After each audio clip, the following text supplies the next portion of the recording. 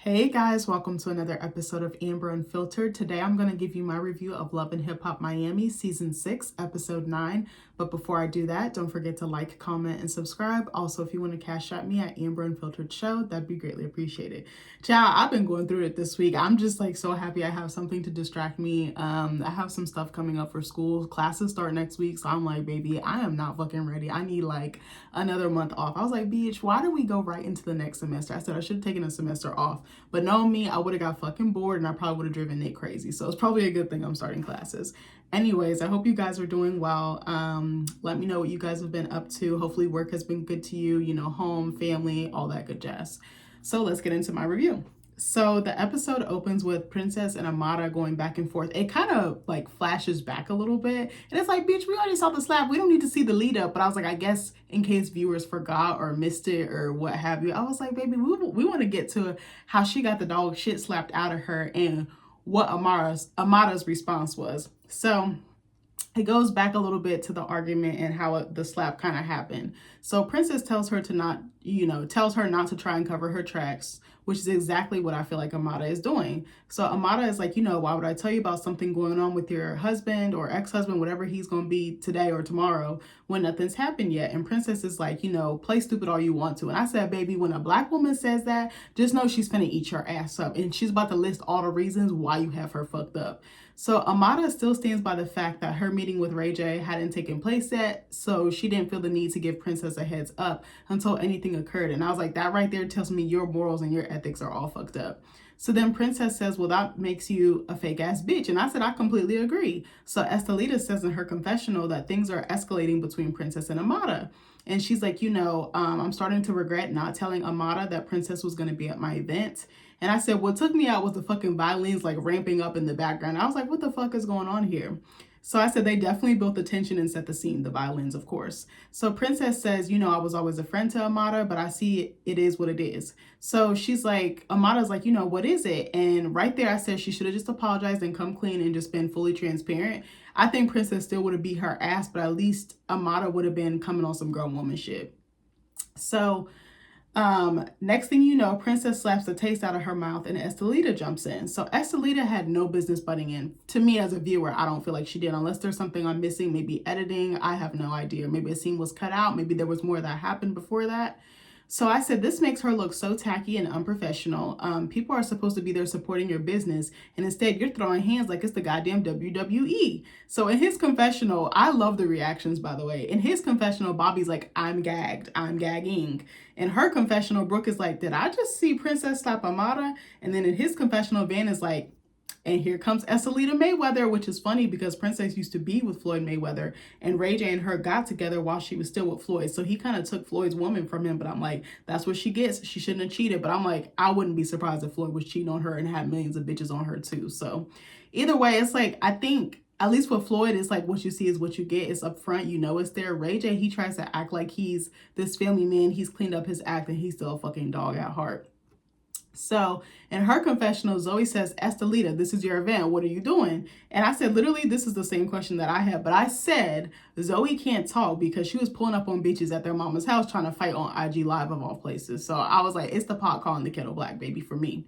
So I said, she ain't no better for real. So Amara is escorted out of the building by security. Meanwhile, Estelita and Princess are still fucking scrapping. And I said, I feel so bad for Princess. It was supposed to be 1 against 1, not her getting jumped by a third party. So when Princess is pulled off at Estelita, she's like, I'm not one of these loving hip hop bitches. But I'm like, you kind of are. You're on the show. I mean, you're a wife, you're a mom. You have a little bit more, I don't want to say she has more going for herself, like she's better than anybody, but she's on the show, but she's kind of more of I don't want to say a B character. What's the correct word? What am I trying to think of? She kind of floats in and out. She's not really a regular. I think she was at one point and then she stopped. And I'm like, I wonder why she stopped being on the show. Maybe this stuff with Ray J was getting out of hand. Maybe wanting to raise the kids, spend more time with the kids. I have no clue. So I said, I guess she meant she's with the smoke and she'll put the paws on anybody or somebody if need be. And I said, I'll give Princess credit where credit is due. She's not like Trina, who I feel like is all bark and no bite. Trina talks tough, but she really ain't about that life that she's saying that she is. So Estelita's talking about some, yeah, bitch, this is my real hair. And because I guess she was like holding some of Princess's extensions, and she's like, I said, I guess she caught herself pulling out some of her hair. But I said, pulling out someone's hair and actually throwing punches that land are two different things. So Estelita is talking to Van. She's like, how do I look? She kind of looked tore up. She looked a little ruffled up. Like, I'm not going to hold you. And she mentions in her confessional that she thought that Princess was going to talk to Amada like a lady. And I said, now you know damn well that's a fucking lie. What is that thing that Omar Epps gift? Like when he's like pushing his lips all up. Y'all know what I'm talking about. So I said she knew exactly what she was doing, inviting her, and Estelita got exactly what she wanted, which was airtime. So Estelita says, she wasn't expecting Princess to show her ass the way that she did. And I said any woman in that situation would have beaten Amada's ass, including Estelita, if Estelita was not friends with Amada. I said, but Estelita gives me side chick energy. And I said, so maybe the rules don't apply to her, or they're a little bit different for her. So Estelita says, that's what forced me to put my hands on Princess. And I'm like, that doesn't make a lick of sense, but okay. And I said, wait till Amada sees the footage of Estelita inviting Princess without telling her. I said, Amada is going to be like, choke on smoke, baby. I said, Amada will drop you so bad, like drop you like a bad habit so fast. Like, she don't care about nobody but herself. Like, it's a wonder she's a mom. Like, I'm not trying to bash her. I feel like she probably really is a good mom, but she's so selfish. I think that's what I mean by that. I'm not trying to bash her parenting skills because I don't know her like that to speak on it. So Estelita is like, and guess what? I would do that shit again. So Bobby's like, this is the most fucked up shit I've ever seen on the show. And I've been doing this show a long time, for 6 years. And I was like, yeah, the show has been on for like almost 10 years. I was like, that's wild, because I still remember when it first premiered. I loved it when it first premiered. I feel like it's changed so much. I'm still a fan. I still like it, but it's not as good as it used to be. I'll just say that. And I said, I have to totally agree with Bobby. I said, not me agreeing with Bobby. I said, ooh. So I said, this was totally uncalled for. Amada and Princess should have just duked it out and called it a day. Nobody needed to intervene. So Estelita asked Princess, what makes you think you can come to my party and fight somebody, bitch? And Princess is like, shut up, bitch. Like, it's through. It already happened. So I said, that's exactly the same thing I would have said. So Amada is like, outside, she's looking all pathetic, and she's like, Princess slapped the shit out of me. My nail is fucked up, like the actual nail lifted from the bed. Amada's like, I need somebody to pull it out because it came off at the root. And I said, she got the nerve to look all pitiful and sad. But I said, if you wasn't running around town with your best friend's husband, you'd have nothing to worry about. And I said, she's lucky that all Princess did was slap her. Like, I know that they was punching and fighting, and that was probably, Amada's like instincts kicking in because she didn't feel like, she got assaulted basically. Like, I don't want to say she got jumped. She kind of got ambushed a little bit. So then Zoe's like, I just seen somebody get slapped the shit out of. And she's like, oh, that's what we doing? And she's talking to the Hollywood twins, who look just as fucking confused or shocked as Zoe does. So Bobby tells Princess, that we can talk about what happened when you've calmed down. And I said, it looks like she's taking a video or a photo, or she might have been like doing it to check how she looked, like her makeup, her hair and everything. And I said, I'm not going to lie, Princess still looked bad. Like, she still looked pretty. I said, not a single fucking hair was out of place. So in her confessional, Princess asked, do I feel any remorse about what I did? She's like, no. I was like, baby, I need to be friends with this girl because she's funny as hell. And I said, I'm with her 100%. I said, so then the next scene, she's like, these hands are ready E for everyone. I said, not a video game. Why did this remind me of EA Sports? Y'all remember that? EA Sports, to the game. That's what Princess just reminded me of. I said, she dumb as hell.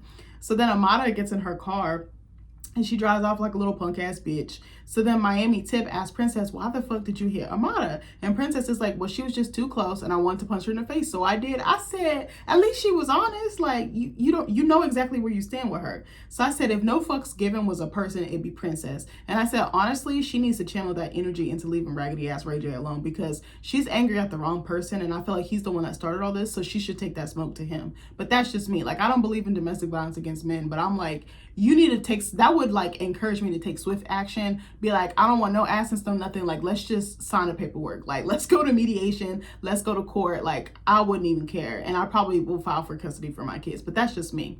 So then Van and Estelita are off to the side talking, and I said I couldn't hear exactly what Van said. Some of the guys talk really low, like maybe it might be miking, it might be volume, but I literally have my volume up to like 50 or 55, and I still couldn't understand what he said. I even rewinded it a couple times, and I was like, what the fuck did he say? So I'm just interpreting what I thought he might have said. But I swear he says something along the lines of, like, all jokes aside, Amada was wrong, or something to that effect. So Estelita is still playing tough for the cameras, and she's like, you think you're coming to my motherfucking event and fighting? We're fighting now, bitch. Like, all bets are off. So I said, again, there was no need for her to get involved. Like, I know she felt bad for letting Amada Well, I guess she kind of set the scene for Amada to get her ass beat, but if it wasn't that event, it would have definitely been another one. Like, I don't feel like I do feel like Estelita facilitated it, but I feel like Ray J was the root of all this, if that makes sense. And I feel like if Princess and Amada had been in the room at another event, the same thing would have happened. That's just me. I might be wrong. So then we see Amada drive into the emergency room, and guess who's fucking there? Raggedy ass Ray J. This reminds me of her scene with Marlon. I was about to say Marlon, like their fucking mom, or like Flo.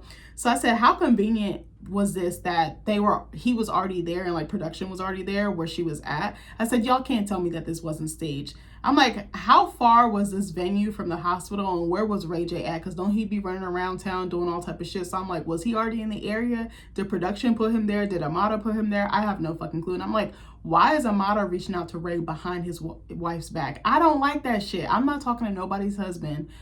I feel like unless it was like a surprise or something for a friend, like a birthday party or something like that. But even then, I still don't really feel comfortable doing that. Like, it's just, I just think with marriage, it's just a little bit differently. You don't need to be communicating to him without letting me know. Like, whatever you can say in front of him, you can say in front of me, or vice versa, I should say.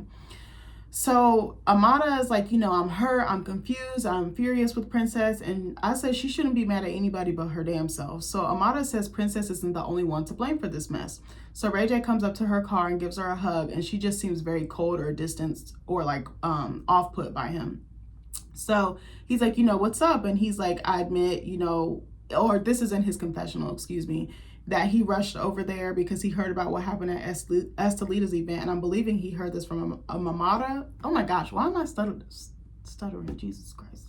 Why am I stuttering so much? Sorry.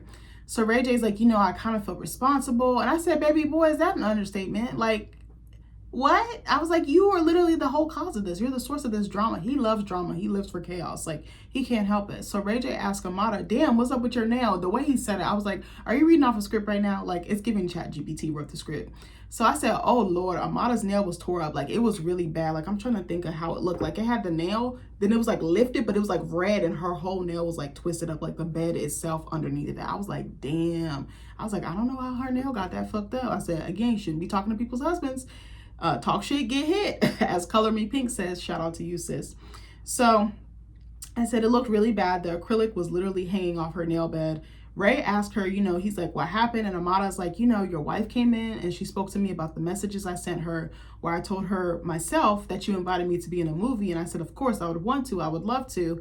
And Princess asked Amada if they kissed. And Ray J's like, we kissed? Like, remember Soulja Boy Drake? Like, that shit had me so dead. I love that interview. It was one of the funniest interviews. I'm the ninja that invented Nintendo. Remember Soulja Boy just always says, like, he's the first rapper to do something. And you're like, you're so dramatic. I just think he's a character. Him and Ray J's are literally characters. I said Ray J's. Ray J are characters. Him and Ray J. Like, they're very entertaining, and I think they like the spotlight, and they'll do any and anything to stay in it. Even though I don't think that the way that they treat women is really great, but I think that they're very entertaining and they're needed in the entertainment space, if that makes sense. So two things can coexist at the same time. So, hold on. I lost my spot, y'all. So Princess, oh yeah, I'm sorry, I got stuck. So he acts like he's almost shocked and like he suddenly has a fucking amnesia like Jason Bourne, and is like, well, I don't, like, he's acting like he doesn't remember touching up on her, feeling up on her. I kind of wondered if he was like high or drunk or something, because his personality or his behavior when they met one-on-one versus now, like, it seemed different. He almost seemed like slurred or slow, like slow motion, like, and he seemed a little, I don't want to say aggressive, what's the word? More touchy-feely, that's what I'm trying to get at. So Amada shows Ray J how close, she gets out her truck and she shows him how close her and Princess were standing, which was kind of like, about there, somewhere in there. And she says, mind you, I'm a lady. And I said, baby, that's where you're wrong. You are not a lady, because if you were, you never would have been meeting up with your friend's husband and someone else that was married, aka your baby daddy, who you didn't expect to get pregnant by and who you expected to leave his wife for, and he didn't. So I said, especially one, your friend's husband, especially one who's known for being a serial cheater. Like, Ray J does not hide who he is. He's exactly who he says he is and does it right out in the open and doesn't give two fucks. So Amada's like, I didn't share any explicit details because we were in public and on camera. And I'm like, so did something happen off camera? Because I'm like, you're kind of insinuating that either y'all was fucking around or something transpired that we don't know about. And I'm like, here she go again, strike three. So Amada tells Ray how Princess slapped the taste out of her mouth and asks Ray, what did you tell her? Because I think whatever you said to her made her act this way. And he's like, nothing. And I'm like, baby, I don't believe him for a second. This man stayed lying through his teeth. So Ray says it's none of Princess's business what we're doing. And I said, baby, yes, it is, because y'all are still legally married. I don't give a fuck if we're in the middle of a divorce. We still go together. Like, until that ink is dry on them papers and everything's been signed, sealed, and delivered, like the song say, like, you stuck with me, baby. So Amada is like, I thought I was doing the right thing by letting her know. She's like, I said, what Amada forgot to mention is how close they were, like how close proximity her and Ray J were, like basically grinding. And I said her fucking outfit, how she was flirting with him, how thirsty both of them were being with each other. Like, she conveniently left that shit out. So Amada says she wanted to let Princess know before she heard it from someone else. I'm like, baby, the whole world would have seen it, so it would have been all over the internet anyway. I was like, she's so fucking stupid. So anyway, Ray asks her for a hug and she turns him down. She's like, no, I'm not trying to be funny right now. I'm just not feeling you right now. And Ray's like, so now you're mad at me. And I said, she has every right to be. I said, to me, it would have been better if both women teamed up and got their lick back on Ray by ambushing him. What Amada should have done is reached out to Princess the second he contacted her and be like, this is what your man is up to. Why don't we link up together and you ambush him, you come out in a cut. Like, trap him like when it's happening, like him flirting with her and stuff. Like, let them be alone for a little bit and then Princess be in a cut nearby hearing all of it so she can see how much of a dog he really is. But I'm sure she don't need this scene or this show to realize that. I'm sure she knows that without being on the show, because I'm sure she's been going through it off camera, because like now we barely see her. I be wondering if he, like, I remember he was kind of controlling and like always wanted her to stay home and he would party and stuff like that. So I kind of low-key wonder if the toxicity in their relationship is like isolating her and she's kind of like cut off from her support system. And does she really go out? Does she have any like thing to do for herself, like hobbies and people that she can connect with? Because I imagine when you're in a toxic relationship like that, you're so codependent on each other, and it's that off on that you like almost, when you keep having that cycle, you feel like you can't go to anybody because you're so in the thick of it. So Amada says to Ray, you purposely used me to make your wife jealous, and I completely agree. That's exactly what he did, and it worked. I said, but Amada forgot to mention that she was stupid enough to fall for it, just like Princess said. So Ray says, you're blaming me for what happened, and Amada says, you know what? At this point, we're all adults. Everybody's responsible for their own behavior. All I'm saying is this shit hurts, aka her nail, like a bitch, and I got slapped in my face. And I said, that'll teach your ass to fuck around with someone else's husband. So knowing her, she hasn't learned her goddamn lesson. Hold on, I just need a sip of water. I don't know why my throat's so dry. This is my first video. I just started talking. Sidebar. I remember when I first started doing these, I was like, I couldn't even get past like 2 or 3 minutes. Now I'm like, oh, it just be depending on what the topic is about. But it was very like intimidating to talk for a long period of time. But then I quickly got used to it. I was like, oh, this is not bad. So what was I going to say? I said, she'll do this shit again in a heartbeat. And Amada says she doesn't know if she should let the Lord take revenge. And I'm like, why are you always bringing God into your wholeness? Like, stop it, friend. Or if she should handle it. And she's like, I don't know if I want to fuck the shit out of you. She's saying this to Ray J, a still married man, by the way, and make it public so it really hurts Princess. Or I don't know if I want to call an attorney and hit her in her pockets. And she's like, oh, well, technically your pockets. She's talking to Ray J, since you guys are still married. I say, just take the ass whooping and keep it moving, sis. Like, just take the L. So Ray J's eyes damn near pop out of his head. Remember those dolls where like you would squeeze them and the eyes would pop out? Or it kind of reminded me of like Invader Zim or something like that. I don't fucking know. He was looking crazy. Have y'all ever seen that gif of like that, what's it called? The sock puppet monkey. He's like always looking like to the side. That is like one of my favorite gifs. I think it's like Brazilian or something like that, but that shit be having me dead. That's literally how Ray J looked. So then I said, see, there are consequences for your actions, Amada. So I said, be careful what bridges you fucking burn and cross. So she tells him to come pay this medical bill. And I said, I believe he should pay the bill because he got her in this mess. Now he can get her out of it. So Ray says he would probably go with the first option as they're walking into the hospital, which would be to sleep with him and share it with the internet. And I was like, of course. He's so nasty to me. And I put in all caps, I have lost all fucking respect for Amada. Like, I think she's doing it for the show, definitely. But I think a part of her is actually like that. I remember other people would say stuff about her being like this. And I was like, oh, no, I don't see this. Like, I really wasn't arguing with anybody online or defending her. But in my mind, I was. But now I'm like, I don't like her anymore. Like, I was like, I used to really like her. Like, she was one of my favorite cast members. I saw so much potential in her. And again, I'll say this to the day I die. She has gone downhill so bad. And I'm like, you're messing up future business opportunities. Like, do you not care about your portrayal on this show? This show is only going to be on but for so long. I could see it going to maybe 10 to 15 seasons, but then what about after that? Like, sure, it'll bring you riches and wealth right now, but is it going to last? Are you going to make it? Are you going to stretch that dollar? Are you going to put investments, away for yourself, your kids, your mom, whoever? Like, I'm like, nobody could pay me that much to act like that on TV. I'm sorry. Sorry, not sorry. Even though I'm a fan of the show and I love reality TV, that's just me. So Ray's like, she wanted to fuck the shit out of me. Jesus, that took a turn. I'm like, she doesn't want to fuck the shit out of you. She just wants to get her lick back. It's not that she likes you or anything like that. It's purely revenge driven. So I said, I'm not going to lie, though. I loved Amada's dress. That blue made her skin pop and it framed her shape just right. So then next we see Flo with her mom and her son Hakeem. I want to say it might be with an H. I couldn't remember if it was with an H or not. And I said I always wanted to see more of her kids, so this was a very nice change of pace. And Flo asked her son, what grade is he going into? And he says fourth. And fucking as usual, she's busting out of her clothes looking like a P-star. And I said, I'm convinced this is a character she plays for the show. Nobody dresses like that every single day of their life. Like, come on, friend. So Flo and her mom are getting her son's backpack ready for his first day of school, and they hear the doorbell ring. So Flo says that they just moved, so it's a new school for him. And when he smiled, oh my God, all I saw was Marlon. He looks just like him. He is that man's twin. Like, he could not deny him. He's just like a tiny bit lighter. He's kind of like a mocha color. He has really beautiful skin. He's kind of like a nice even mixture of his dad and his mom. But I was like, Lord, that is his son. Like, he can't deny it if he tried. So Flo says she's super excited, and Gael shows up. So, what was I gonna say? I guess Flo was excited about her son's first day. So in Gael's confessional, she says, I'm not just a mogul and a businesswoman, I'm a mom. And I was like, you're not a mogul and you're not a businesswoman. You literally ride your sister's coattails, but I digress. So then she said, I have 4 kids, and I'm thinking, who in their fucking right mind would knock her ass up? Like, she's nuts. So she has a son named Papo. I'm not sure if I pronounced it right. I might have Papou. I might have misspelled it wrong too. I was like looking down when they showed his name on the screen, but I'm not sure how to pronounce it, but it sounds like French or Creole or Haitian potentially. So he's the same age as her nephew / Flo's son, Hakeem. So she's like, they're going to the same school this year. And I'm like, what is the chances of that? I was like, okay.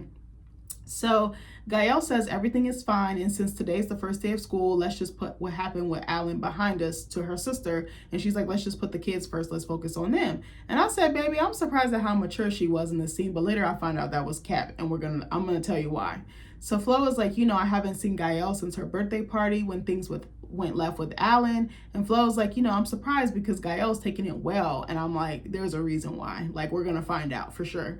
So I said I wouldn't be surprised if Gael beat her ass as soon as the kids got on the bus, because Gael looked like she can throw hands. So Flo and Gael take pictures of their kids, holding those signs like, today I'm going to 4th grade. I like this, this, and this. My teacher is this. Like, it was so sweet to see them like actually be moms and like do something outside of being messy reality TV stars. Like, I know they have different sides to them, and of course they have to play it up for the cameras, but it was just such a treat. I wish I saw more of that.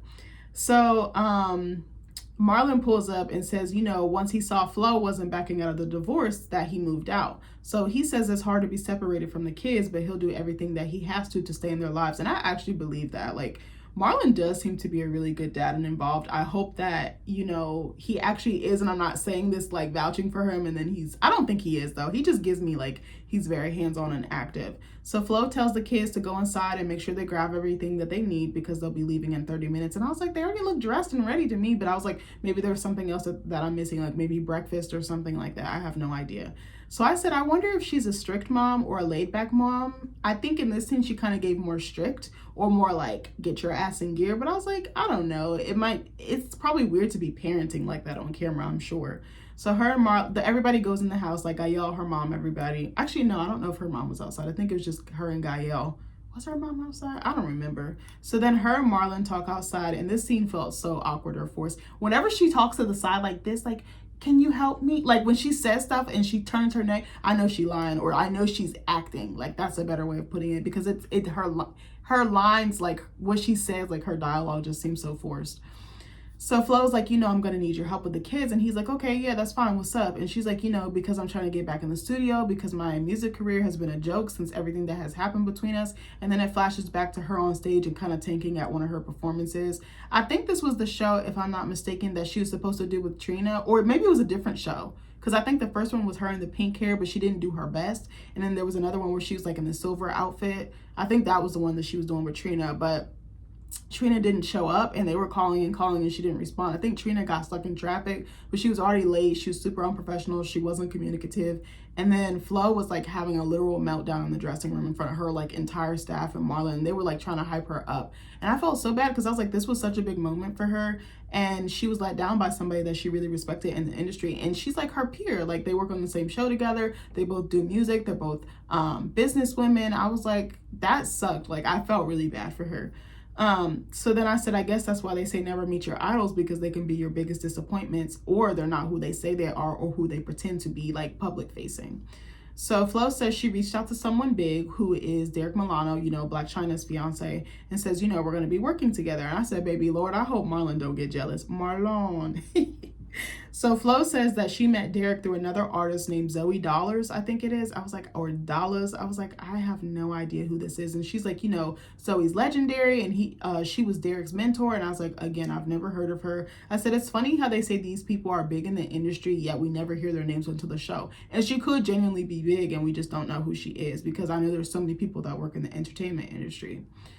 So Flo says that, I'm sorry, I lost my spot for a second. So Flo says when she heard Derek was in Miami, she reached out. And Marlon says from the last time that they spoke, Flo made it seem like she didn't want him coming around, like the house, her, or even the kids. So I said, I wonder how their kids feel about their parents' off again, on again relationship. It must be very confusing and toxic. I said, I just hope their kids don't repeat the same cycle and do better than them when it comes to their love lives or their personal choices. And this could purely be for the show. They might be sweet as pie in real life, and we have no idea. But I just hope that it doesn't rub off on them and they don't mirror their patterns, because I feel like a lot of the times when we see stuff like that, we tend to mirror it. Like me personally, I didn't really see really happy or successful relationships growing up. People were together, but then I started to see the cracks in their stuff. And I'm not saying that every couple has to be perfect, but I mean, I'm seeing stuff like DV, drug abuse, financial abuse, mental infidelity, multiple kids outside the relationship, whether it's a marriage or just a standard romantic relationship. Like I've seen so many things, like poor communication, like stonewalling, lack of emotional intelligence. Like there's so many things that can make a relationship stagnant or make it abusive or toxic. So I feel like I mirrored my parents' patterns for a long time, especially my dad when him and my mom split. And then I realized like, oh, this is so toxic and it's just going to create a world of hurt for me. So I need to like do better. But it took lots of therapy and lots of like relapsing and fucking up for me to finally be like, yeah, I got to get the fuck out of Dodge. Like I'm so happy that I married somebody that is not anything like my past. Like it works wonders. I'm telling you, go to therapy. It works. So what was I finna say? So Flo says, yeah, I need your help. And Marlon asks, you know, does that mean that the divorce is stopped? And you can tell he really wants his family back. But I'm like, will he cheat again? Like asking for a friend. So Flo rolls her eyes and says, oh my God, Marlon, like we got to focus on the kids. So Marlon is like, you know, I'm going to go get the kids ready. But I'm like, baby, they already looked ready for me. Or maybe he meant like get them to school and stuff like that. That probably could have been what he meant. So Flo says she has zero interest in taking him back. But I said, baby, the way he was looking at him, I was like, I would have been convinced otherwise. I really think that she still loves him, and I think they're still together, and he ain't going nowhere. She ain't going nowhere. It's just all talk. So he was checking her out too when she was going back in the house, and I said, she do got a fat ass, I'm not gonna lie. It's too big for her frame, but she thick in all the right places. So I said I wouldn't be surprised if she let him smash. So she says she wants to focus on her music career, which she needs to give a rest, because I was like, nobody listening to your music. We all know you for the foolishness on the show. So she also says that she wants to continue to get revenge on her enemies by messing with Alan. And I'm like, girl, give his like 2 hair strands a rest. Like, stop it, friend. So Flo goes back in the house and Marlon is on the couch hyping the kids up for their first day of school. So Gael and Flo are kind of in the kitchen off to the side. And Gael tells Flo, you know, I'm not mad at you anymore. And Flo's like, bitch, what you mean? And Gael's like, I'm not mad because I got my own man now. And I'm like, here we go with this shit. I said, this bitch is so ran through. I said, Lord, who is it? So Gael says she was feeling hurt about Flo stealing her man, but now she has a new man in her life. So she's like, you know, we've been DMing, but he was in a relationship. And I'm like, oh, bitch, how long y'all been talking? I was like, what happened to Alan? I said, I guess Alan is y'all out of state or out of country, you know, and then you got, I don't know why I made that noise. I think because I watch On the Rocks with Jada. Shout out to you. She always does that noise. I don't know where I got that from. But I guess she got her out of state or out of country peen or her exotic peen. But then she got her in-house peen. And I was like, Lord, Flo. Or I'm sorry. Why did I say Flo? Gael. Lord have mercy. So she says, now her guy is single and he's available. He's on the market. So the sisters take the boys after school, and we see Flo's mom and Marlon chop it up. So Marlon tells Marie, Flo and Gael's mom, that, he tries to do everything, but Flo is never satisfied. And she tells Marlon that she saw Flo with Alan. And I said, baby, I know all hell's about to break loose, especially judging by the commercial. So Marlon says in his confessional, Alan, Amada's little man, that's the stupidest thing I ever heard of, because he tight. So I said, if I had to pick between Marlon and Alan, don't eat my ass up, because I know I've been shitting on this man.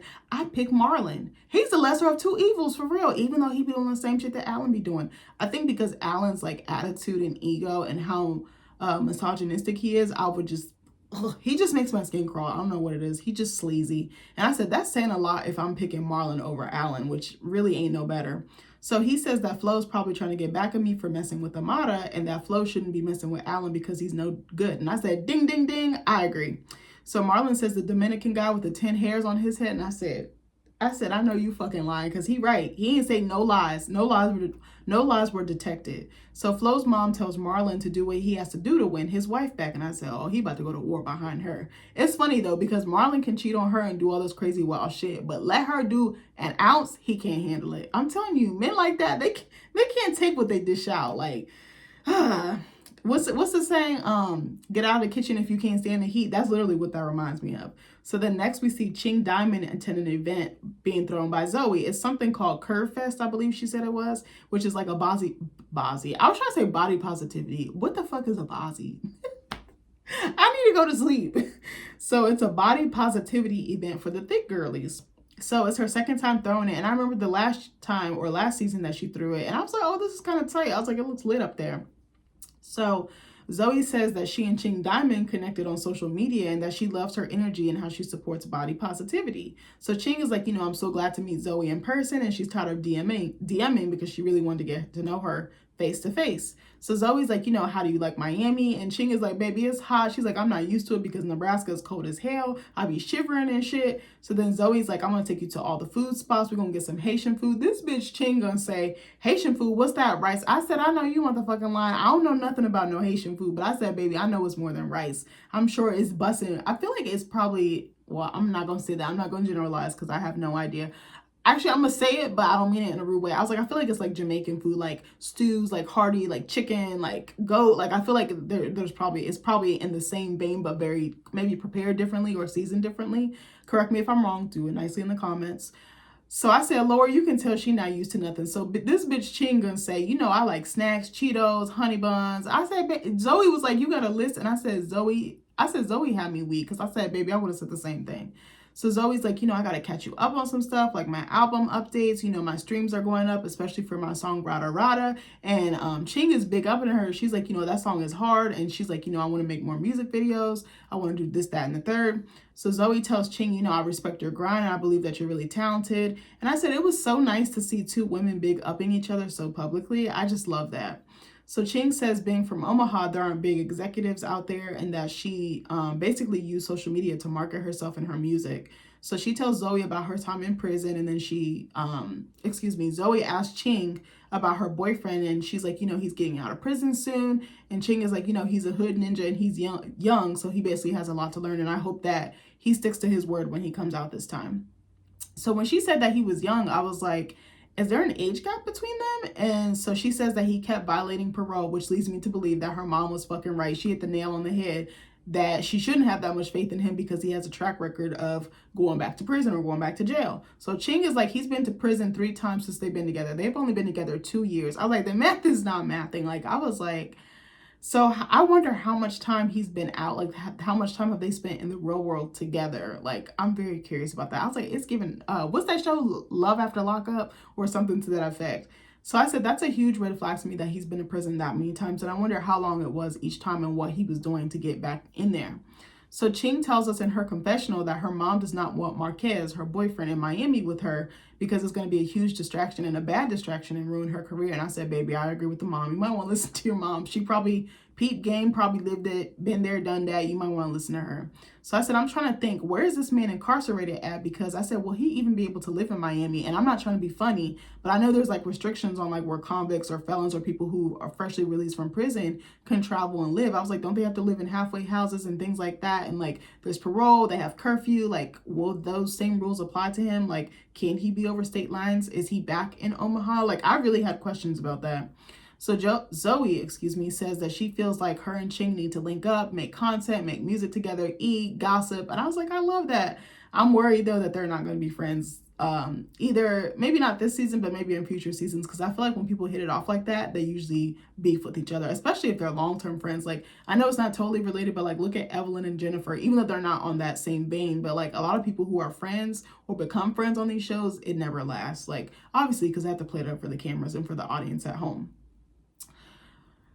Lord, this scene took me out, y'all. So remember when I had said earlier when Gael said she had a new man? We're about to get into that shit right now.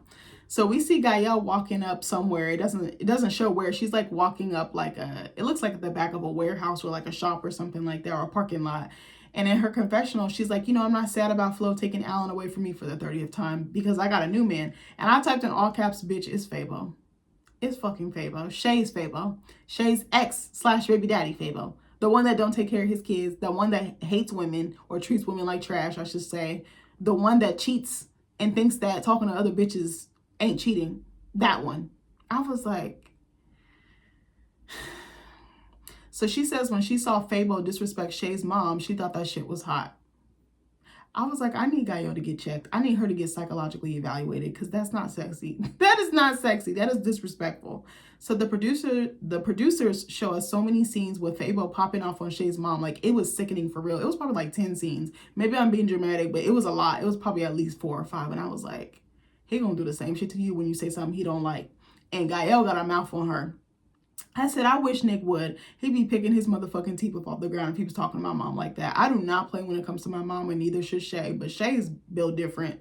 So Gael's like, you know, he doesn't take any shit from anybody, and him standing up for himself, like his behavior turned me on. And I said, he's going to use her the same way that he used Shay. And I said, by then it'll be too late because he already been and used her and got her caught up in some mess. So Fabo tells her she looks good, and she tells him that he does too. I said, the question is, who hasn't Gael slept with on the cast? I'm trying to really think. Who hasn't she slept with? Marcus. Trick. I gotta think about this. Bobby, but he's gay. Bro, who else? Safari. We don't actually know if she hasn't. I feel like she probably would have. She slept with Alan, Marlon, now Fabo. This bitch, she don't care. So anyway, Gael tells him she likes his smile, and Fabo was like, you know, I like how you flirt. Me like how you flirt. I was like, oh my God, he gets on my nerves. I said, okay, I'm not gonna lie. She actually did look really pretty in this scene. Her makeup was really done well. It wasn't as heavy as it normally is. She had like a glow to her. I was like, oh, she actually do look cute today. And I said, why is Fabo sweating so motherfucking hard? I said, is it from all the lies that he's told Shay? I'm sorry, I ain't shit for real, y'all. So Fabo they're like, he's like sitting on a motorcycle. He's like in the back of some like restaurant. So Fabo tells some guy that's like kind of off camera in the cut at the back of the restaurant to make some jerk chicken for Gael. And I said, baby, I bet you it's going to be fire. I said, them little hole in the wall spots hit every single fucking time. I said, don't judge me, y'all, but I haven't had authentic Jamaican food in years. There was a place in Maryland by our house. I think it was like in Laurel or somewhere in PG County called Dunn's River. But baby, they're permanently closed. Their food was so motherfucking good. Cocoa bread, jerk chicken, rice and peas. I was like, oh my God, this food was so fire.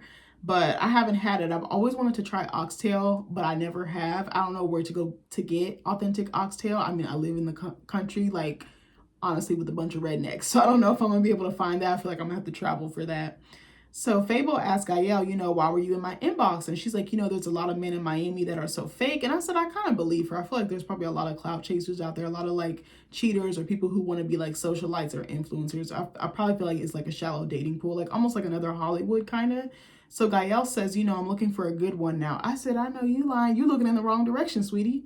So I said, her compass is broken, bitch. Defective, null and void, bitch, null and void. So she's like, I said, oh, excuse me. I said, she's sadly mistaken if she thinks that's Fabo. So Fabo asked if them two talking will cause war. And Gael says, Shay's not my friend. I said, she's right. She's not. But Shay already hates her guts. And I said, Shay is friends with your sister. She always creates some type of mess or like hurricane or storm for her sister by her actions. Even if it's not directly to her, she does stuff that comes back to blow on her. Like, why does she do that? She seems like she's a person who likes to self-sabotage and doesn't care about how messy. She don't care about what she do, who she hurt, or who she do it to. Like, that much is very clear, which is surprising that she's a mom. But anyway, but I understand you can have different sides to you. How you are with your kids might not be how you are with your sister or your parents or your boyfriend, whoever. So I said, Shay's going to want to put those paws on Gael, like, period. So I said, she already don't like her, and now you're taking away her man that she still clearly wants. I said, Lord have mercy. So him and Gael kind of flirt back and forth, and I said, they look like little kids. It's just so awkward. It's so cringe. And I said, baby, why is Fable's teeth as white as his motherfucking shirt? This man don't have no job, no purpose in life, no motivation, but his teeth is whiter than a sheet of fucking paper. I said, he was looking like the Colgate commercial. I said, okay. So Gael says she thought he was going to show her the Dutty wine. And she's like, how do you do it? And she turns around that Bosch-ass BBL diaper booty and starts grinding on him. And I said, baby, she can't twerk for shit. How you got a fat ass and you can't twerk? Like, friend, make it make sense. So then a guy brings her some jerk chicken in like the styrofoam container with like some rice and some other stuff. And she feeds some to Fable. And I'm like, a gag. So Fable says, next time I'll taste some Haitian food. And I said, baby, why do I get the feeling this man is not talking about food? He talking about her cootie cat. So Gael's like, once you taste it, you'll never go back. That's it. You're going to love it. I was like, ooh. So then Fable's like, I'm ready, Mr. Krabs. And I'm like, oh. So in the next scene, we see Bobby meet up with Princess. And I said, his face looks tore up. They had like a side shot of him. I don't know what was going on. He got like the handsome Squidward chin jawline thing going on. His lips look ridiculous. Bobby was actually really cute when he first started out. He done got Hollywood now. And I'm like, I don't like it. I like him more natural. Excuse me. So I said, I need him to remove those fillers ASAP. And I don't like talking about people with plastic surgery like that, but he looked ridiculous. So Bobby says, he's like, I know it looks like I'm Team Princess, but I feel like I should go to the person who initiated everything or initiated the slap or the altercation. And Princess shows up. She's got this cute little workout gear on. Her makeup's cute. Her hair is cute. And she gives him a hug. And Bobby's like, what's going on? He's like, I'm about to start calling you Muhammad Ali. I said, I know you lying. Get her the boxing gloves.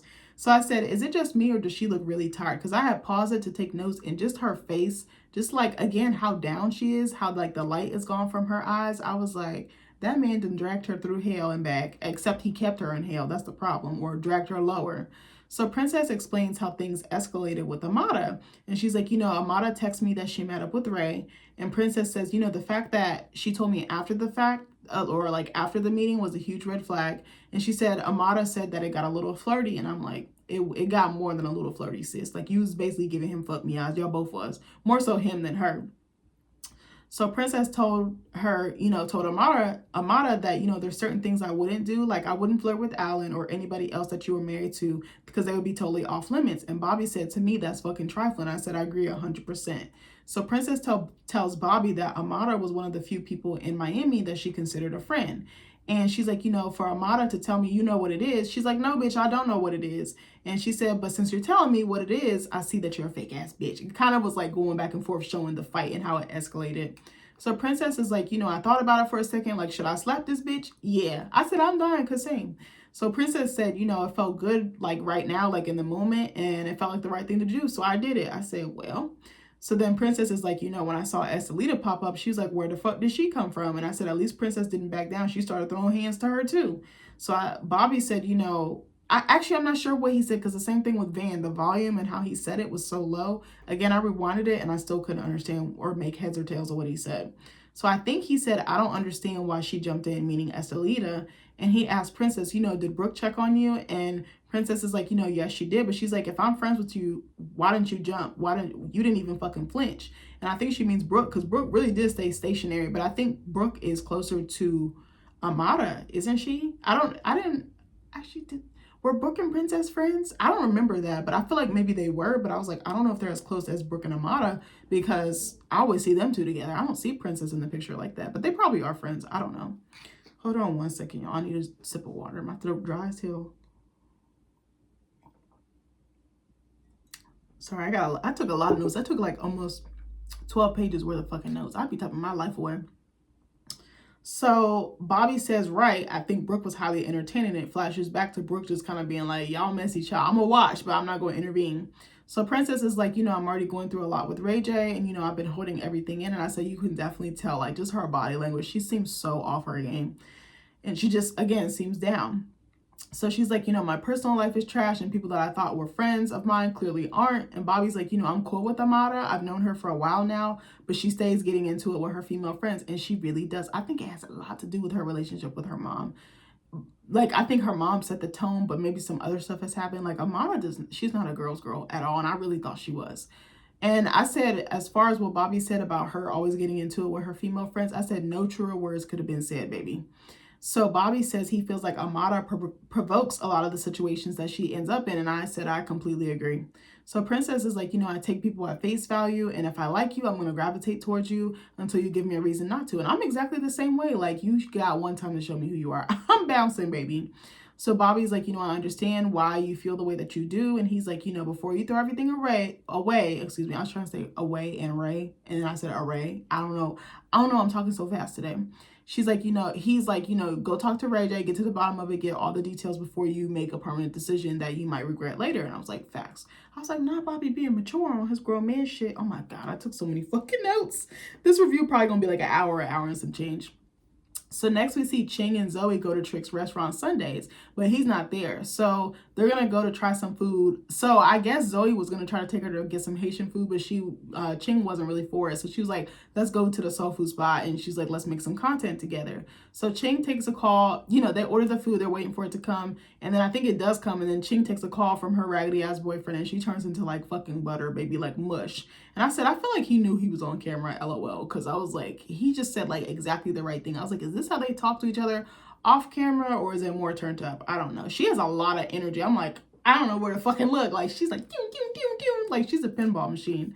So he says he's getting out in a week, and she says, or he says, are you ready for me? And she's like, I'm ready like a pot of spaghetti. Goodness gracious, why can't I talk today? She says she's ready like a pot of spaghetti. I said, I'm dying. So her boyfriend is like, are you going to pick me up from the airport? And she's like, I want it to be like a movie. I said, baby, it's not The Notebook. Like, it's hood love. Stop it, friend. It's giving Love Jones, or Love and Basketball. So she tells him, I want you to pick me up. And Zoe's like, he can pick you up. I know she's looking at Calvin like, why can't you pick my ass up? So I said, I was dying because facts. So her boyfriend's like, I love you. I'll do whatever you want me to do. And Zoe's like, me and Calvin are taking things slow. She says that after the proposal, she thought things would be more romantic or get better. But she's like, since he's still my manager, things are still tense. And I'm like, why don't you put your foot down and tell him to cut off the manager stuff? Like, he does not need to be on your payroll. He does not need to be advising you. I know he wants what's best for her, and he does work hard. He sees a lot of potential in her, but I think it's interfering, and it seems like she wants something different than what he wants. It seems like he wants her to blow up, and he wants to benefit off of it, and it seems like she's trying to salvage a relationship that clearly should be taken a break from. That's just my thought. So I said I could see them breaking up. She needs to get a new manager. Mixing business and pleasure is not the move, or it's not the wave. So Estelita and the girls were right. Remember in the episode where they like rented out the Airbnb, Zoe and her friends, she took a little vacation, and they were telling her like, girl, don't be doing that. Don't be making him your manager, because it's going to go left. So Ching asks, Zoe, does she think that Kelvin proposed to bring them closer? And she's like, yes, but I'm like, that's not a good reason to propose. You're proposing because you can't see yourself not spending the rest of your life with this person, or you can see yourself spending the rest of your life with this person. You're proposing because you really love them. You want to work it out through anything. You want to go through life with them, whether it's storms, sunny days, clouds, all that shit. Like, you're going through it because I'm trying to think. I guess that was really my reason there. Like, you're going through it because you really see this thing working out. You want it for the long haul, and you're in it for the long haul. Proposing to shut somebody up or to get them to not leave you, they're still going to leave you, whether it's now or later, like, or never. I don't know. But y'all both going to be miserable. So I wonder if Zoe wants kids. I feel like she do. So Zoe says her work life and her personal life are bleeding together, and it's one big fucking miserable grind, and that is suffocating her. And she's like, the magic is not there. She's like, but I'm not ready to break up. And I think she's holding on, probably afraid to start over, probably because she knows him. He's convenient. He's familiar. He probably feels like home to her in some way. But I'm like, maybe y'all could still be friends, or maybe revisit the relationship later on when maybe she needs to take a step back, focus on her career, and circle back to it if possible. I don't really advocate for people breaking up, but it just seems like it's not working, and you can tell she's really unhappy, and she's been saying the same thing over and over again, and it's like she's like a broken record. Again, she has every right to say how she feels, but it's like the same thing, like nothing has really changed, and it's like she has the power to change it. Like if it's not working for her, she can walk away. If it's not serving her, walk away. And I know it's easier said than done when you have so many like bonds or dynamics together, like manager, relationship, y'all live together, probably split finances. Like it is a lot, but she could do better, or she can just take a break, you know, if she really feels like she needs one. So Ching asked Zoe if the video they posted is going viral, and she said, you know, it did. There was like 600 shares. People are commenting. And of course, they're saying nasty shit about their weight and them eating all that food. They did order a lot of food. I'm not even trying to say them being like bigger girls or nothing, or plus size women. I'm like, damn, what y'all at the buffet? Like shit. I was like, y'all was ordering snapper, fried turkey wings. I said, what's going on? This is too much. This is too busy for me. Just give me 1 or 2 plates. Like that's it. I usually want an appetizer, the full meal, and dessert. That's it. And a good drink. Like, hello? So I was saying, like, I don't understand why people go on people's like videos or like lives or whatever. I'm like, if you know you don't like the content, or you know you don't like the person, or you're gonna just be nasty, like if you don't like it, just don't watch it. Duh. Like I'm not taking the time out of my day to be hateful to somebody, because the energy I put out is gonna come right back. I don't want that shit. So you can tell that Zoe is inspired by Ching, and she feeds off her energy, because she's lit as hell. They're both lit, but I feel like Ching just has like that extra edge. She kind of reminds me of like a Cardi B, or like a Megan Thee Stallion, like somewhere just like that live, fun, like walking party, you know? So next we see Amada at home with a nurse or a caregiver, and she's like, you know, I've been at home recovering from the stress or drama that she caused, mind you. She says she has no desire to talk to Princess, but that there's someone else who owes her an explanation or answers. And Estelita shows up looking cheap as usual. I'm like, where the fuck did she be getting her clothes from? She has no fashion sense to me, and it looks like she always, like she's shopping at fucking Rainbow or Shein like she's like fucking 20. Like, girl, you're not 20. You every bit of 47. Stop it. So Amada's like, you know, I invited her there because she wanted to understand why Estelita invited Princess to the launch. And Amada does acknowledge the fact that Estelita had her back. Sorry, I think I hear my dog sneezing in there. When Princess slapped her. So Amada calls Estelita out for purposely inviting Princess and not giving her a heads up. So I said, Estelita actually looks sorry in this scene. So Estelita, oh God, it's so hard saying her name. Estelita says, how do you think I felt when I saw you hanging out with Shay and Brooke, when you know damn well what the fuck that bitch said to me, talking about Shay using her trauma against her? And she said, that's what bothers me the most. And Amada is like, you know, I never would have brought Shay to you knowing y'all didn't get along. And I said, I actually agree with her on that, because I don't think she would have. Even though she's been mad petty and stooping to even lower heights when it comes to the situation with Flo. Like her and Flo just need to have a sit down. This tit for tat shit is catching up. Like, but it seems like they don't want to make up. But it's funny because Amada and Flo are literally the same person, so I would think they would get along, but I guess not. So Estelita is like, you know, don't compare the two because they're two completely different situations. It's apples to oranges. So Amada tells Estelita that she didn't even talk to her. And I said, she's right. Estelita didn't come to her at all. She said she was mad, but that was only when Amada came up to her.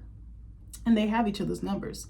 I feel like they'd be saving these scenes for the show for sure. So Estelita says, you know, you cannot compare a woman using my childhood trauma to hurt me where it hurts me the most. And Estelita says, yes, I felt some type of way. Yes, I invited Princess, but at the end of the day, I stepped for you, and she did. So Estelita tells her that nobody else did, and I said she's right again. Estelita was the only one to jump in. And Estelita, god damn it, why do I have such a hard time saying her name? She says, you know, you have to understand, I never thought Princess was gonna slap you, and I feel bad, but I invited Princess before I knew she had an issue with Amada. And I said, baby, I find that hard to believe. You knew exactly what the fuck you was doing.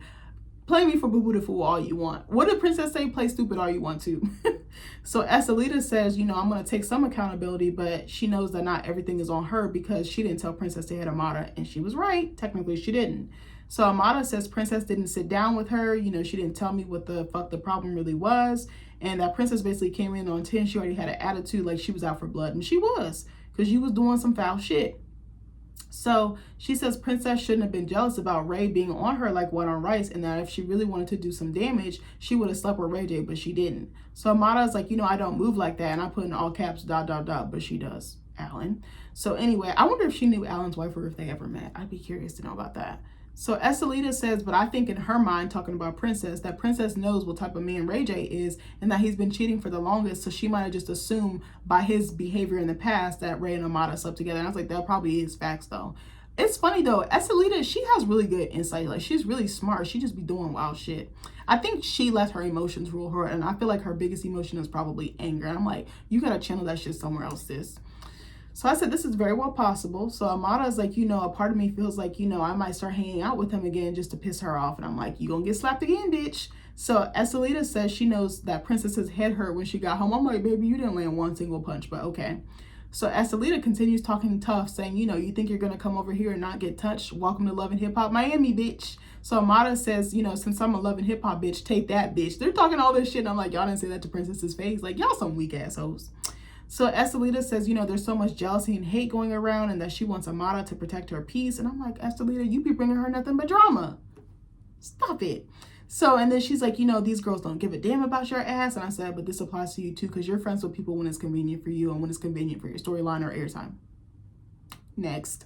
So, Estelita starts crying. I don't know where this like crocodile tears came from. She's like, nobody's going hard for you. I'm not going hard for nobody. If it ain't for you, she says, I'm not nobody's bodyguard. And then she just starts crying. I'm like, why the fuck is she crying? Like, her reasoning don't be making sense. Maybe it's like the way it's edited or something.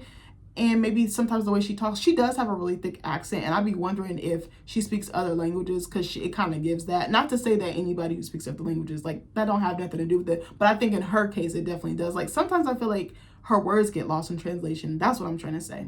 So she's like, I'm not here to fight nobody. It's not about me being the fighter or like the strongest person in the room. It's about me fighting for you because I would never do it for nobody but you, Amara. And I'm just like, what? I was like, why the fuck is she crying so hard? You could tell it was eating her up when she was hanging out with Shay again. Especially, I'm like, I don't know. I don't fucking know. I don't think it's, what Shay did was fucked up, but I don't think it's that deep. Like, oh wait, no, her and Shay were friends, weren't they? Never mind. Okay, it is that deep. Let me leave it alone. So she tells Amada, if I get arrested, you better bail my ass out. I was like, okay. So, Estelita admits that she's crazy but sensitive, and when she saw that video of Shay with Amada, it hurt her feelings. And I'm like, so why didn't you pick up the phone and call her or text her and tell her it bothered you? Amada's like, I'm so sorry. She goes over to hug her with her bad wig. So then Estelita says that she doesn't care what they go through, that they can always talk. Excuse me. And then Amada tells her, next time you're mad at me, don't be bringing no fucking enemies around me purposely, bitch. That part. One thing a Libra gonna do, they gonna tell you about yourself, and then they gonna go back to loving you. So they pinky swear, and Amada says they're locked in. And I said, baby, I don't believe this is going to last. I said, these girls turn on each other quicker than a goddamn light switch. So, oh my God, I took too many notes.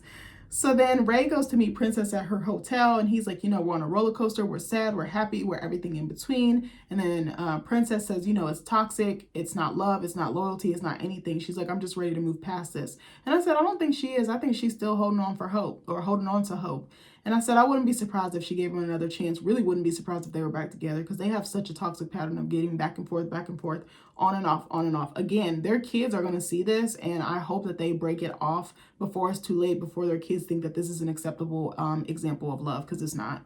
So Ray says he's been in these streets, and she's like, because of that, you got me doing some stuff basically I would never do. And Ray says, I heard you beat up Amada. And she's like, yeah, I did. And what? She got her glass of champagne. She like this. She's sitting on the bed with her pinky up. I said, I love Prinky. Hold on one second. Remember when Ray J would always call her Prinky? I said, I fucking hated that stupid ass name. So Princess is like, I don't feel bad about it, and it started because of your ass. And Princess is like, you didn't call me, you didn't check on me. And he's like, no, I didn't, because I went to the hospital to see what the fuck happened with Amada. And he's like, when I got there, her whole nail and finger was all fucked up. And Princess is like, I don't know how that happened because her ass didn't touch me. And Ray's like, so you slapped her that hard? I was like, I'm dying the way they inserted, like the editing sent me there. I was like, oh my gosh. And Princess says, well, baby, I didn't graze her. It wasn't a fucking bullet. Like it wasn't a straight. Like I went straight for it. Or straight for her. So then she asked him, why are you meeting with my so-called friend without telling me? And he's like, I was being petty. He's like, I met up with her to see if she wanted to be in the One Wish movie. And he's like, I wanted to do a Spanish version. And then we met up. We did a bachata class together. He's like, I wanted to work on the bachata dance. And I started flirting with her. She started blushing, her lip doing all this shit. And then he's like, we did the dance, and you got to kind of be on each other to get it right. And I was like, this ninja is so nasty. Like, he don't care. He don't care. So Princess is like, well, Amada is like twice your height. And I said, but she ain't fucking wrong. He's like tiny. He's like a little action figure. So then she asked, was Amada on you or were you on her? And he's like, well, she was on me. And I'm like, if we roll the footage, we could see you being thirsty over her. But okay, friend, they was probably both on each other, knowing them. And he's like, she invited me back to her house. And Princess is like, you went to her house. I was like, she about to yank his ass up right then and there. So in the confessional, the producers tell Ray that him and Amada didn't say anything about going back to her house. And Ray's like, yeah, we went to her house. We went back to this little room past the pool. It's like a back room that had a salon in it.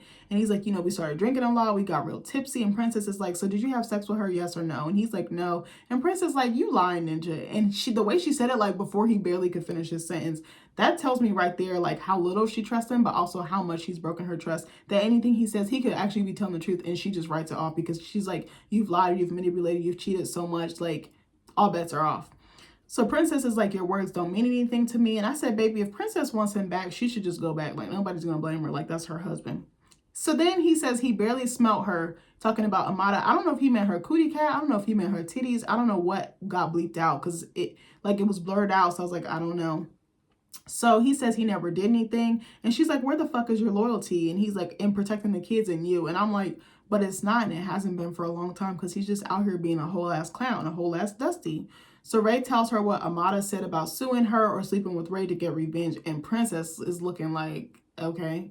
So Princess is like, fucking you won't ruffle my feathers because you fuck everybody in the whole United States. I said, God damn, she went there. She tired. Like she tired without the R. And she's like, you've been doing that since we got married. Who gets married to get cheated on like that? Like, it's so reminding me of Flo and Marlon. I really could see them being married like 15, 20, 25, 30 years. They're going to be another Rashida and Kirk. They keep this shit up. So then I said, keep in mind, they've been married for almost 10 years since 2016. They've been married almost 8, 9 years and still going. They've gotten filed for divorce 4 or 5 times. No. So he's like, you threw me out, you threw me away, and that's what led to me being back outside. And it's like, no, your fucking shitty ass behavior, lying, gaslighting, manipulating, cheating, doing everything else. That's what got you kicked out, not her. So then I said the way that they talk to each other is like there's no love, there's no passion, there's no respect between them. They just both seem drained, but like won't let go for some reason. It's like they're just holding on to the rope and just, they don't, like their hand is almost like super glued to that fucking rope. So I said, he says he was flying like a bird and trying to land on any nest that he could fuck on. I said, he's so nasty to me. And he says he feels like he didn't do anything wrong. So she's like, it's disloyal. You and Amada are both trash. And Ray's like, you slapped her because you still care about me. You still want me. That's kind of what he was insinuating. He didn't say you still want me, but that's the vibe I got. And Princess is like, no, I slapped her because her ass deserved it. I said, I know you fucking lying. That's fucking right. Tell the truth and shame the devil, sis. So he's like, so you don't care about me? She's like, yes, as the father of my children, nothing more. And I think she lying. So he's like, so she's like, I feel like you need to be slapped too. And I said, baby, he do. Like, like he does. So then here's the last scene. This note is kind of long, so bear with me. I'm almost done. So next we see Flo and Alan go to the studio. And I said, I have no fucking idea why Alan is there. I said, why does Flo have her ass all out in these tiny ass shorts? She insists on wearing these like skimpy ass clothes. She looks like a prostitute. She looks like literally every girl like on an IG feed. Like these girls be dressing the same, looking the same. Like I know this is so mean and I actually like her. She reminds me of Sierra Glam Shop. Kind of like with the way she dresses and how she carries herself a little bit. But anyway, she's got like this fake like Gucci, Versace looking top on and these booty shorts, her ass cheeks hanging out. And I'm like, that's how you show up to a professional setting? Like, I don't know. So Derek tells her, she's dope. She has a really nice voice. And I said, I could so see Flo cheating with Derek. I could see her sleeping with him or interacting with him. Like, she just gives me like she would be vulnerable and just let him do whatever. And Derek looked like he is slime ball anyway. So Flo tells all her business. I'm like, why are you telling him this 2 seconds after meeting him? Remember she did this when her and Ray J was supposed to work on that compa song, Sock Passe or something like that. Remember she was just like, well, my husband did this and my husband did that. I'm like, is that all you're going to be known for? What about you? Who are you as a person? What experiences inspired you? Put that in your music. Put what you went through in your music. Don't just blab it to like be vulnerable and be artistic and creative. Get a bag off that shit. Get your money long on. You know what I'm saying? So she tells Derek all her business like 2 seconds after meeting this man. She's like, guy, y'all fucked my husband. She fucked my girlfriend. And Derek is just like, and what does that have to do with the price of tea in China, bitch? So he brings the conversation back to music, and he's like, I was working on this new song called Throw the Key Away. And he's like, I want you to get on it.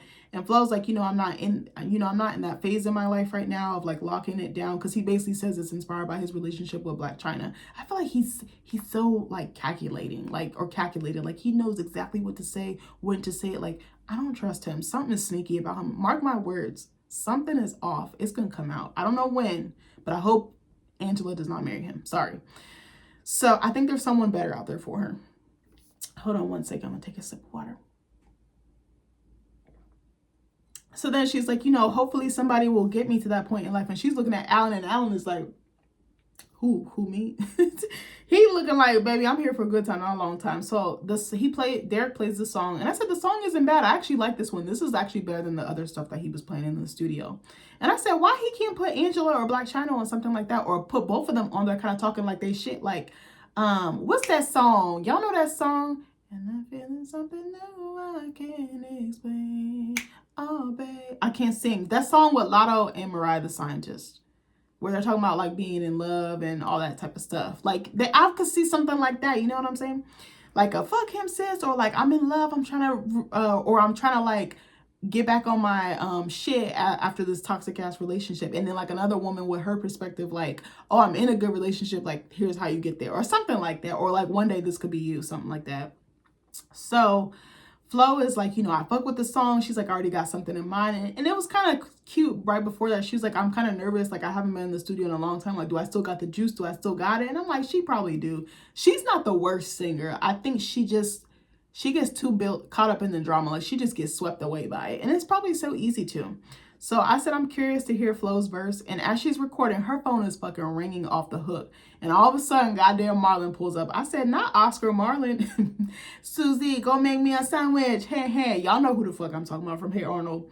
So he's like, I'm going to confront Flo about the Alan situation. This man has no clue, supposedly, that Alan's there. So she asked, I think Marlon is FaceTiming her. So she answers it and then hands it to fucking Alan. I said, you knew exactly what you were doing. So if you get what you get, that's on you.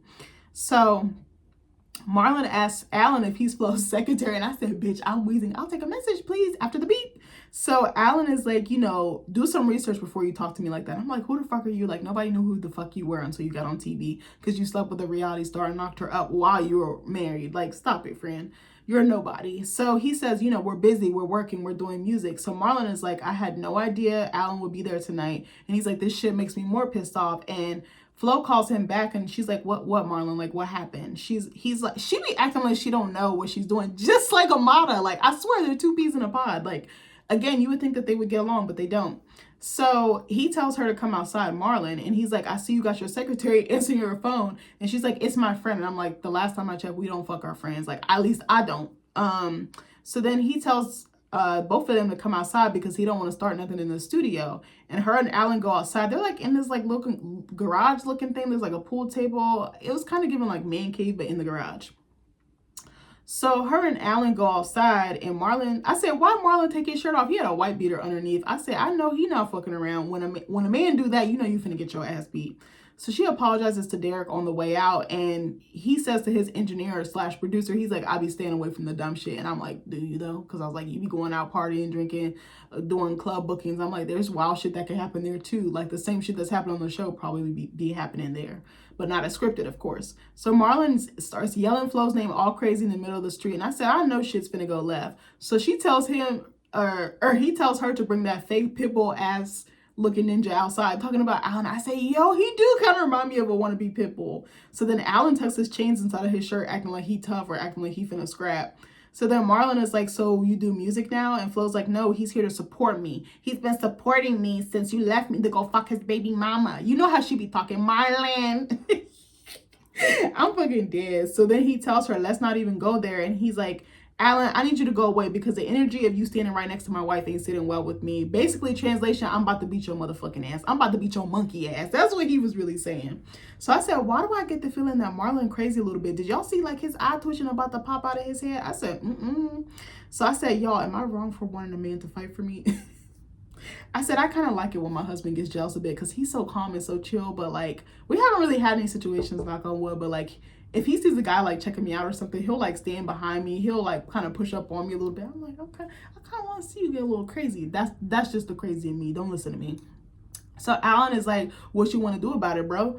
And then Marlon is like, we can step outside. You trying to do something? I said, oop. So then I said, I think Flo is secretly enjoying being fought over, and she likes putting Marlon in these positions because of the shit that he be dragging her through. So, or putting her through. So Marlon is like, are you scared? Let's go outside. Like, he keeps saying it like he about it. He's ready. Like, he been ready as soon as he pulled up. So Alan calls him a clown, and Marlon keeps telling him to come outside. So Alan gonna say, I know you're a little worried. And I said, I think Alan should be worried about Marlon beating his ass like the Incredible Hulk right now. Because I said, my guy is hopped up on adrenaline. He wants to smoke. He's ready for it. You just have to light that match, bitch. So Marlon tells Alan that he's in Miami, not the DR. This ain't back home. So Flo's like, I am so embarrassed. She does this like the little fucking, what's that meme? Is it SpongeBob where he's like this? That's kind of how she looked right there. So I said, you're not fucking embarrassed. You knew exactly what you were doing and you wanted it. You probably set it up like that. So I said, now suffer the consequences, bitch. So Alan starts fixing Flo's hair, and Marlon's gonna say, I'm gonna take off the 2 pieces of hair you got left. I said, bitch, I was weak. I said, why the fuck am I Team Marlon? Why? There's something wrong with me. So Flo asked him, do you think it was funny bringing Amara to my restaurant? And Marlon is like, come here. And Alan steps forward and says, she ain't going nowhere. I said, you talking to this woman's husband like this and think you're not finna get the paws put on you? Okay. So Alan calls him a clown, and Marlon tells him to go take care of his kids. I said, Marlon just read his ass for filth. I said, that was a good fucking read. So Alan is like, your wife left you for a girl, so that makes you a bitch. I said, I know you motherfucking lying. So then I said, I know Marlon about to tear his ass the fuck up. And Alan tells him to go back home. So Marlon rushes forward, and Alan does the same, but security breaks them up before it escalates. I wanted to see them fight. I felt like fooled or fucking bamboozled, because I'm like, on the trailer, it looked like they was about to come to blows. And I was like, like, I guess technically they were about to come to blows, but I was like, I wanted to see Marlon beat his ass. I'm sorry, because he does need his ass beat. I'm sorry. So Marlon tells Alan he's ready for a fade, and then Flo yells at him to leave her alone. And Marlon's like, don't leave me again. And then Marlon is like, I'm going to handle Alan when I see you. When I see you, it's up. Like I said, not on sight. And then the episode cut off. I said, I know you goddamn lying. But I like this episode. It took me a little bit to get through. It was a little slow in terms of action. But if I had to rate it, I would say like a 7.5 out of 10. I'm actually sitting here wondering like how many episodes are left and what can we expect for the rest of the season. I'm sure it's going to turn up and it'll probably be left on a cliffhanger. I feel like we're probably nearing the end of the season. Yeah, I mean, it was all right. I would say like a B plus, a C plus. There is also another show I think I want to review, Wags or Wives and Girlfriends. I think it's supposed to be of like ballers or whatever like that. I think Sherelle Rosado and Chad Ochocinco are supposed to be on there. I watched the interview she did with Carlos King, and I think I'm going to review it because it kind of looks lit. And I was like, I need something new to watch. Like, I feel like reality TV is just like in a rut right now. But I don't know. It was a decent episode. Even though Amada was in the wrong, I did feel bad that her finger was that fucked up.